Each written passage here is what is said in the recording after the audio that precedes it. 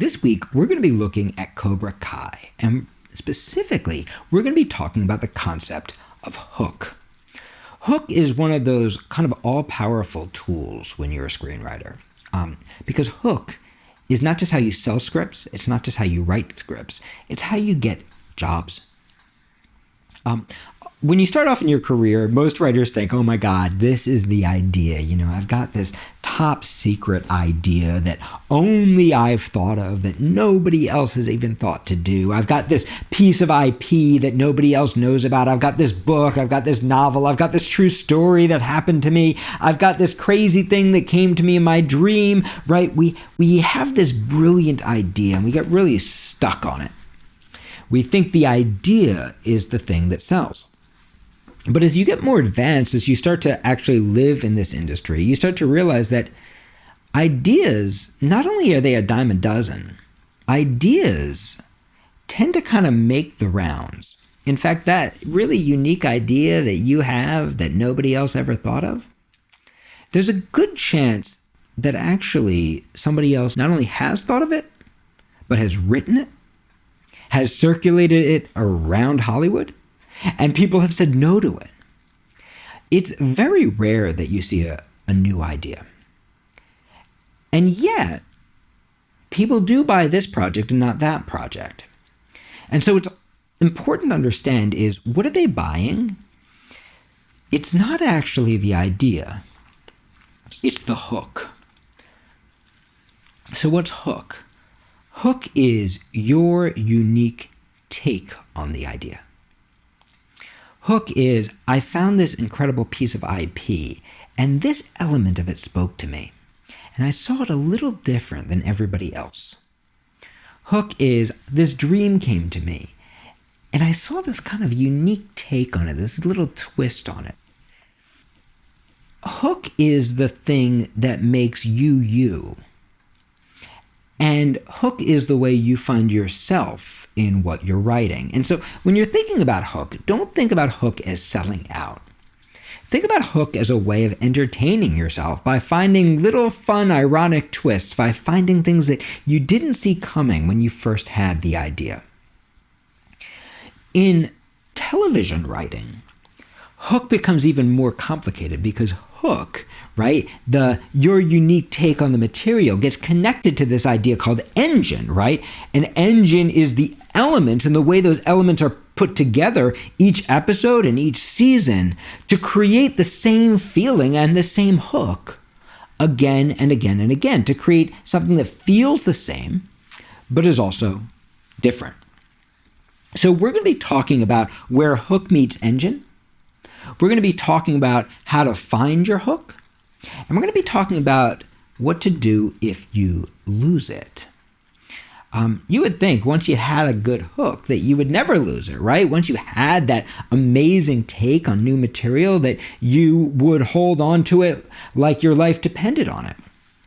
But if you're a feature film writer, guaranteed you have done a draft where somehow you lost track of that great idea. Where somehow you realize, that's funny, I wrote a different movie. Or you realize, wow, that idea's there, but I've got secondary characters and subplots that are kind of gumming up the works and taken away from it.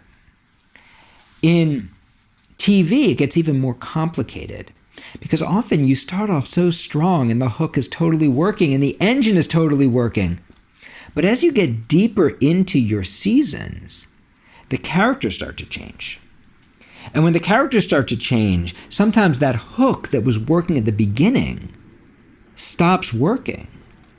And when that happens, your show starts to feel different.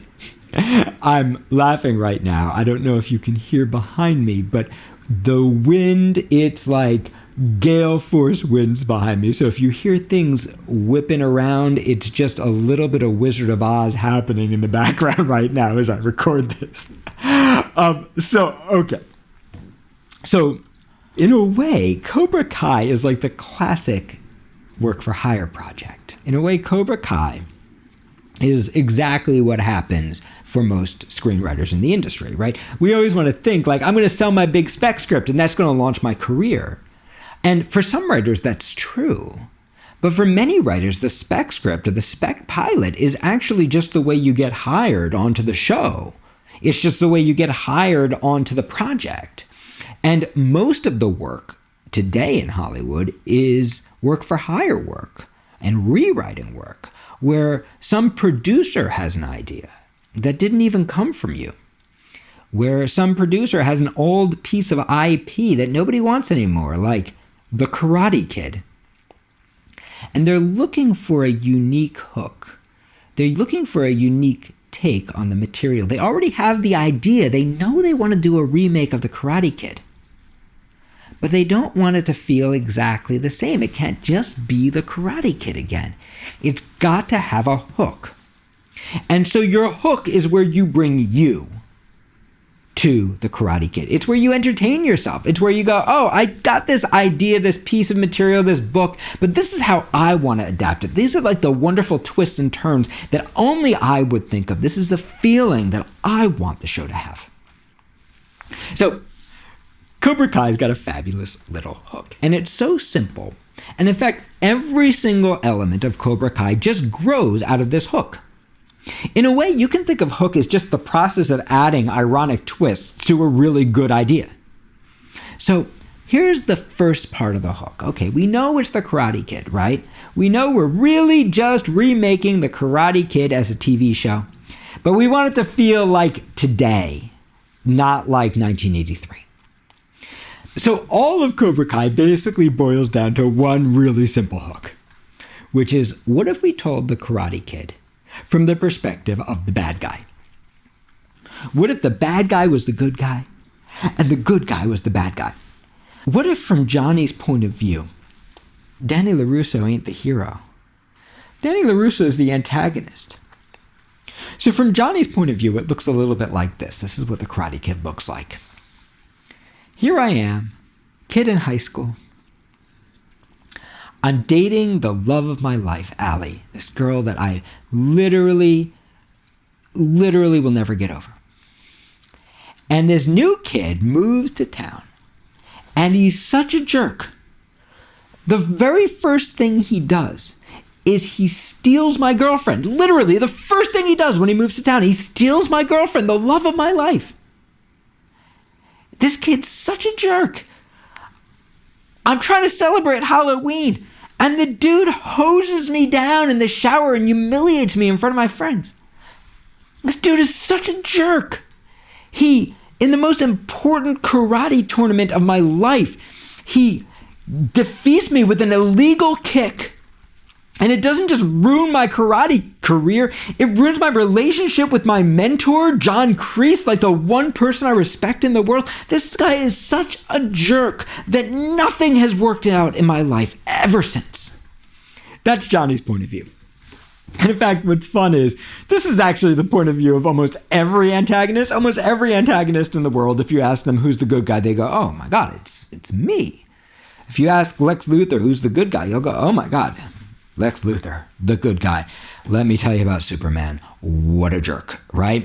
So what's really fun is we're going to step into Johnny's point of view.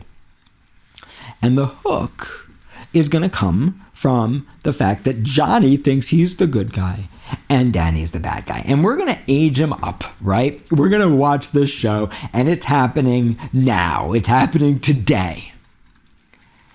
And so we know we want 80s nostalgia, right? That's why we're making the show, because we missed 1983 when things were simple, or at least when we thought they were, right? We missed the Karate Kid. We missed that feeling of childhood. Just like we enjoyed in Stranger Things that 80s nostalgia, we want that 80s nostalgia. Okay, cool. But we're not going to get that 80s nostalgia like we do in Stranger Things. Instead, the 80s nostalgia is going to grow out of the hook. You see, for Johnny Lawrence, since that karate tournament happened, literally nothing else has happened.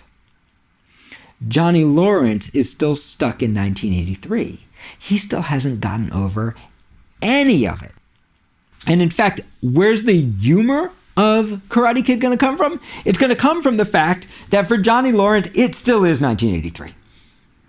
Johnny still has a cassette player in his car. And guess what? When he gets a new car, he has a brand new cassette player installed. The gag, the joke, the humor comes from the fact that neither Johnny nor anybody else in this show has moved on at all since the Karate Kid happened. And so we're going to experience nostalgia through Johnny's inability to move on. So you can see we've got that sweet 80s nostalgia, but we've got a little darker twist on it, a little more messed up twist on it. So first element, what if we watch from the bad guy's point of view? The good guy's the bad guy's the good guy. What if Johnny Lawrence hasn't moved on from the 80s? In fact, the only two things that seem to have happened to Johnny Lawrence since 1983 are, number one, he got married, but it didn't work out. You know why? Because he was in love with Allie. Number two, he had a kid, and it didn't work out. You know why? Because he's a really bad father. These two events have happened. He got married, he lost his wife, he lost his kid. But other than that, his life ended when he peaked in high school. And for him, it is still 1983, and nothing has changed. And why did all this happen? Because of frickin' Danny LaRusso, that horrible kid who ruined his life. So meanwhile, you got Danny LaRusso. And Danny, of course, is living the perfect life. So you can see this is just, you find one ironic little twist, and you find another little ironic twist, just building one little ironic twist off of the next. So for Danny's life is perfect. He runs an auto dealership. He's the richest dude in town, and it's not just about money. It's the love of automobiles that Mr. Miyagi instilled in him. He's got a perfect wife. He's got a lovely daughter. He's got a son who's never in the show. His life seems freaking great. In fact, his life is everything that Johnny Lawrence thinks he should have had. And Danny is a really sweet guy. Except kind of like Johnny, Danny hasn't gotten over the 80s either. And so what's really fun is because neither of these dudes have gotten over it. Danny keeps on acting like the bad guy.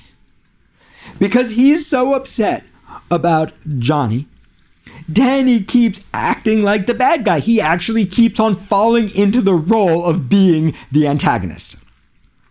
So Danny becomes the bully. Johnny becomes the sweet kid who's getting picked on.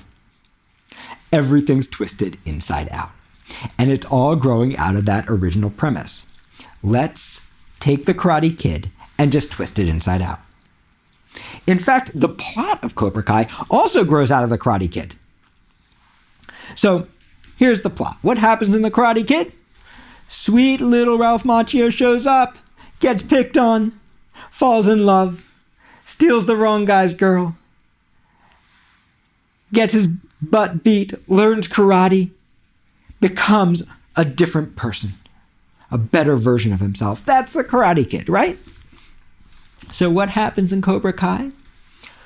Well, there's a new Danny LaRusso in town. There's a new Karate Kid in town, and his name's Miguel. And just like the first Karate Kid, Miguel arrives with a really cool mom and no chance of surviving high school. And his neighbor, Johnny Lawrence, for whom nothing has happened since 1983, sees that this kid's a little nerd who's getting his butt kicked. And he decides, you know what? I'm going to take this kid under my wing. In fact, you know what? I'm going to bring back Cobra Kai so I can change this kid's life. So I can stop him from getting his butt kicked. So you see, it's basically, what if the Karate Kid had found Cobra Kai rather than Mr. Miyagi? And you can already see the fun that's going to come from that. So instead of the Danny LaRusso, Mr. Miyagi character being the mentor, we got Johnny as the mentor. And Johnny's values ain't changed since Cobra Kai, which means Johnny's really messed up. But oddly, next little ironic twist, even though he does the most messed up stuff, even though he does everything that you should never, ever, ever do if you're a sensei, all of his lessons start to work. Both for Miguel and for Miguel's friends. And pretty soon, Johnny Lawrence is the king of the nerds. And he's transforming these nerds into kids with confidence. Except because he's Johnny Lawrence, they are also becoming the next generation of bullies. So you can see the fun here and the moral complication and the slightly more twisted version of the Karate Kid. Meanwhile, seeing this happen, what does Danny do? Danny decides he has to destroy Cobra Kai once and for all, which is why he starts his own dojo, Miyagi-Do, for the sole purpose of putting Cobra Kai out of business. You see, he's being the bad guy. So all these kids whose lives are transformed by Johnny Lawrence, right, now they're being threatened by the evil bully Danny LaRusso, who's trying to bring his hippie Miyagi shit and ruin their lives. You can see it's just the Karate Kid inside out. And this hook works perfectly for almost the entire first season. In fact, to generate episodes forever, all you have to do is figure out what's the totally messed up thing that Johnny Lawrence is going to teach his students. How does this totally messed up thing actually work, but also not work on the moral level? How is Danny trying to do the right thing, but how does his trying to do the right thing lead him to acting like a jerk? And as long as you keep doing that forever, you can generate episodes of Cobra Kai forever. And every episode of Cobra Kai, this is the engine, this is the connection between hook and engine. Every episode of Cobra Kai is going to feel the same. It's going to feel badass and funny and nostalgic and twisted and dark and fun. It's going to feel like the Karate Kid inside out. In fact, by the time we get to the end of the first season, not only has Danny become the antagonist to Johnny, he's actually replayed the events of the original Karate Kid. He has stolen the one person that really matters to Johnny. In the Karate Kid, it was Allie, the girl. In Cobra Kai, he's stolen his son. He's become the mentor to Johnny's long-lost, estranged child, the only person Johnny really wants to reconnect with in the world. So, you can see, where does the engine come from? Where does the hook come from? It comes from the existing material. It's just giving the events of the existing material a little twist to make them feel like Cobra Kai instead of the Karate Kid. It's just finding one layer of irony after another, after another, after another. But the engine just grows out of that initial hook, right? Once you know it's the Karate Kid inside out, it's the Karate Kid from Johnny's perspective, you know, okay, then I just give this a twist, and this a twist, and this a twist, and this a twist. How does it all look like from Johnny's perspective? How does each element of the engine serve that wonderful, simple hook? So this works through almost the entire first season. And then what happens is a little problem, which is Johnny is changing. In the process of mentoring these kids, Johnny's kind of getting his act together. Johnny's kind of developing some sensitivity. Johnny's kind of turning into a nice guy. And if Johnny turns into a nice guy and stops doing messed up shit, Cobra Kai is going to stop feeling like Cobra Kai. So the writers, being smart, go, uh-oh, we're in trouble. And they pull what seems like a smart move. Okay, if Johnny Lawrence is starting to turn into Mr. Miyagi, then we need a new John Kreese. We need a new evil sensei to be the good guy. Well, what about the initial sensei? What if we bring John Kreese back? So here's what happens at the end of season 1. John Kreese is back. He's back to make sure that Johnny Lawrence keeps on doing fucked up shit. Because without John Kreese, Johnny Lawrence is going to turn into Mr. Miyagi. And if Johnny Lawrence turns into Mr. Miyagi, the show ain't going to work. Okay, so we get to season 2 and we think it's going to work, except we got a problem, which is they don't know what the hell to do with John Kreese. Because John Kreese is just kind of standing around looking menacing. They don't really know what to build yet. And remember, what we're trying to create here is not a feeling of dread about the psychopath next door who might do anything. What we're trying to do is create that feeling of fun about the twisted guy whose values are all fucked up, but who's really trying to do the right thing.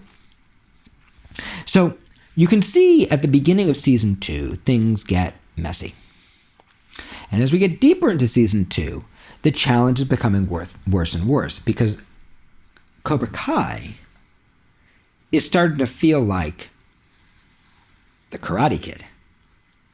See, it's not just Johnny Lawrence who's getting his act together, it's also Danny LaRusso. Both of them are starting to put the past behind them. Both of them are starting to figure out real Miyagi values. Both of them are starting to become really good guys and really good senseis. And if that happens, Cobra Kai don't feel like Cobra Kai. Cobra Kai feels like the Karate Kid. In fact, there is an episode early in season 2 where you're watching the Cobra Kai kids do their training and you're watching the Miyagi kids do their training, and you want to think, oh, I get it. Johnny Lawrence's training is really messed up and Danny LaRusso's training is really Mr. Miyagi style. But what you're actually seeing is Johnny's kids are in a cement truck and Danny's kids are on a balancing platform in the middle of a pond.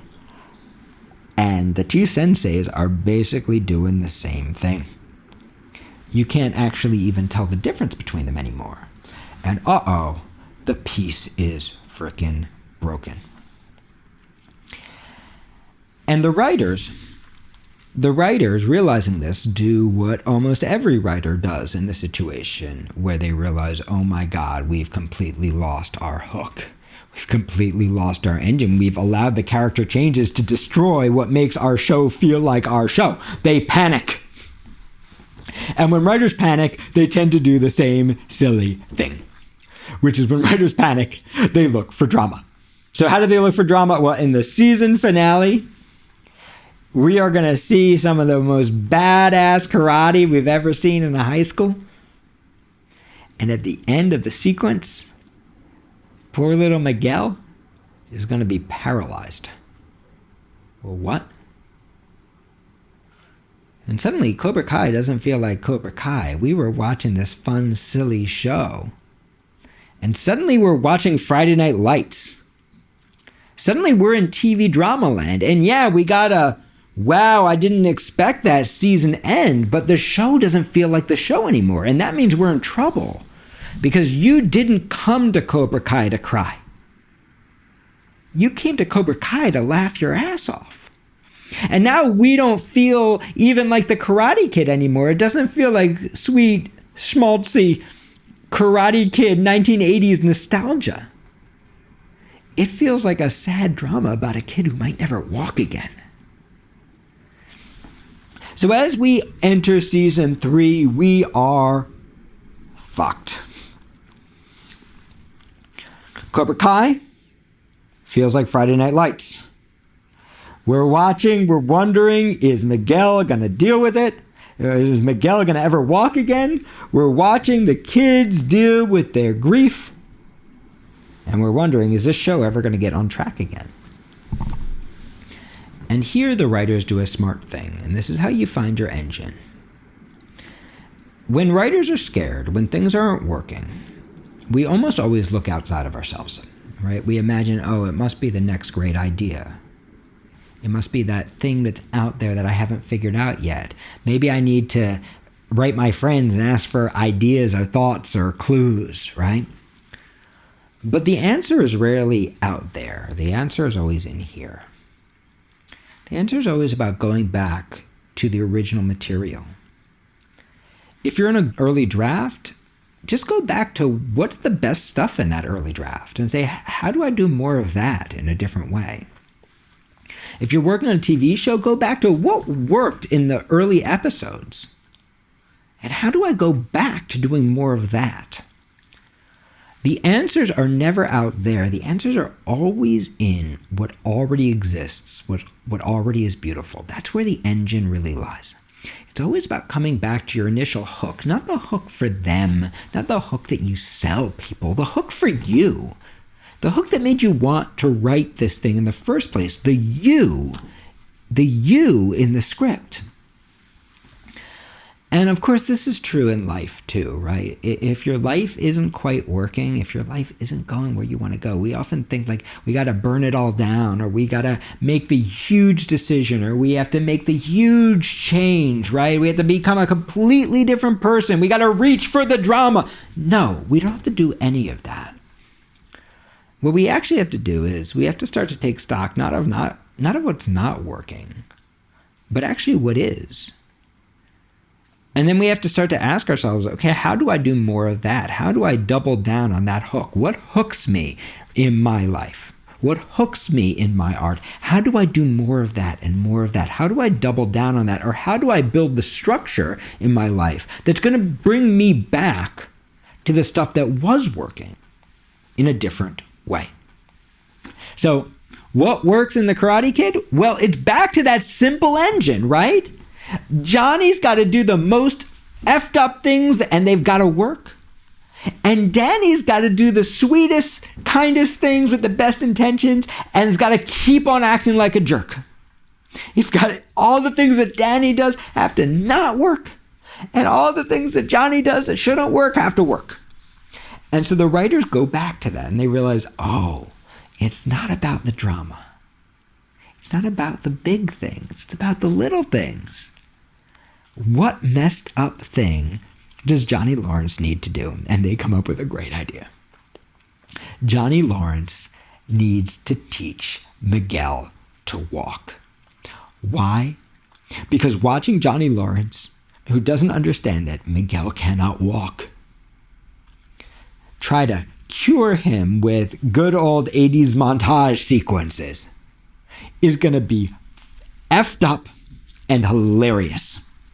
And so we're going to watch this sequence where Johnny's trying all these exercises to make Miguel walk, and Miguel keeps falling on his face.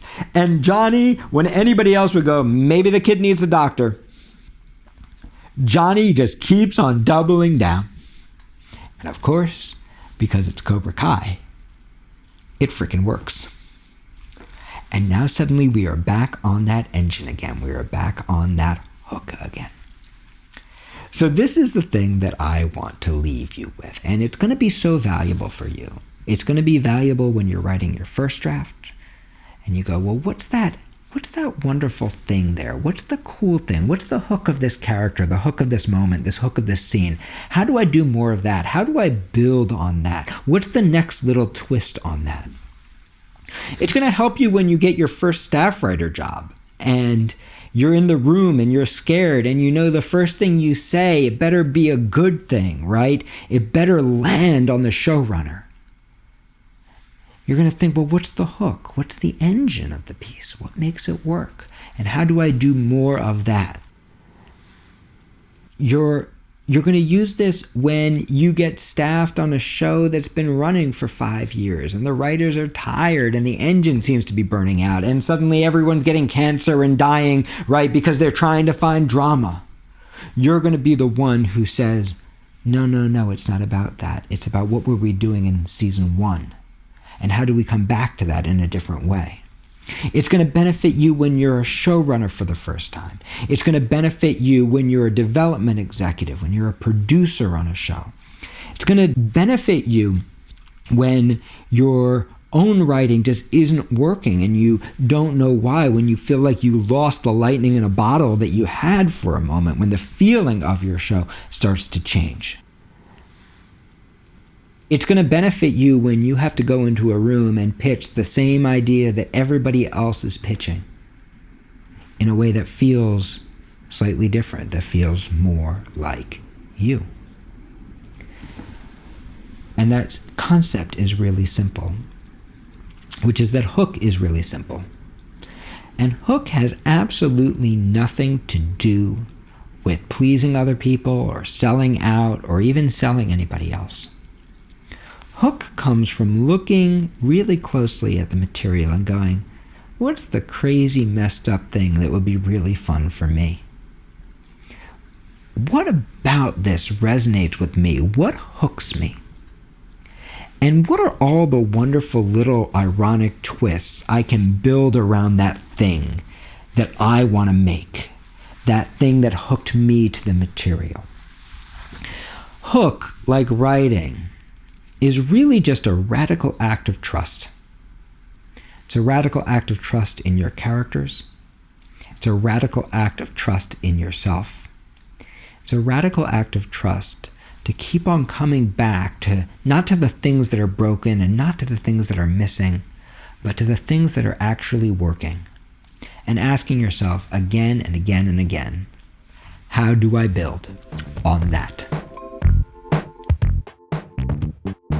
I hope that you enjoyed this podcast. If you would like to study with me, there's a brand new way of doing it that I'm so excited about. This is my baby.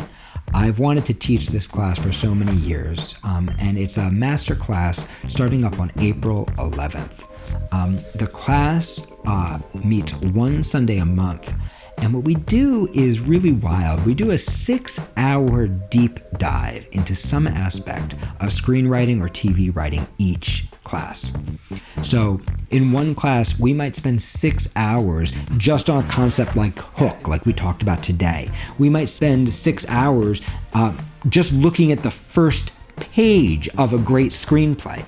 We might spend 6 hours looking at how to write for the inner eyes and hypnotize your reader with the way you put your words on the page. We might spend 6 hours on meditative writing, on 7-act structure, on engine. We might spend 6 hours analyzing one of your favorite films or one of your favorite TV shows. And what's really cool about it is that each topic, they don't come from me, they actually come from you. Each topic grows out of the unique needs and the unique questions of the writers in the class. And so we'll be attacking these questions with lectures, with discussions, with writing exercises, with breakout rooms, with feedback, with demos.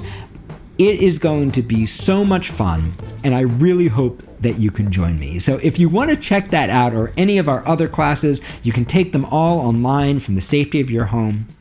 You can visit my website, writeyourscreenplay.com.